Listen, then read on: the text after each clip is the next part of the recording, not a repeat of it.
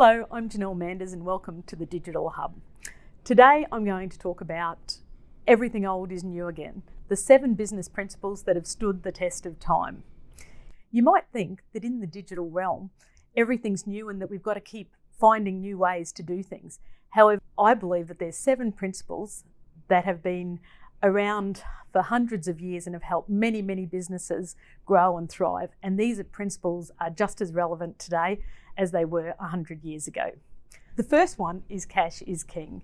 While digital businesses may not use physical cash, it's still necessary to have liquid resources to help the business meet its commitments and also prevent it from having to sell assets at inconvenient times. The next one is know your customers.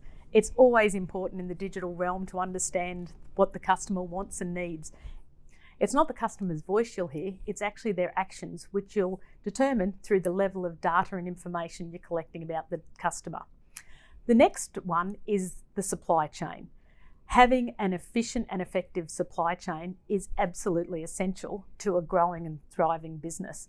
And with the new digital technologies coming on board, it's now more important than ever to actually keep abreast of what those technologies are and how they may be able to improve your supply chain. Employees are always important to a business. However, within the digital realm, it's possible to acquire different skills through platforms such as Fiverr and Upwork. These are platforms that allow contractors to actually provide services to business on a project-by-project basis. Just like a physical premise, having a healthy and happy environment is essential for improving productivity. In the digital realm, just as you do an OH&S audit in a physical business, it's the same in the digital realm. And it's about making sure that things are easy for employees and contractors to use. It's about making sure that your IT is up to date and relevant and that actually assists in helping productivity. And the 7th principle is taxation, one of the biggest expenses of any business.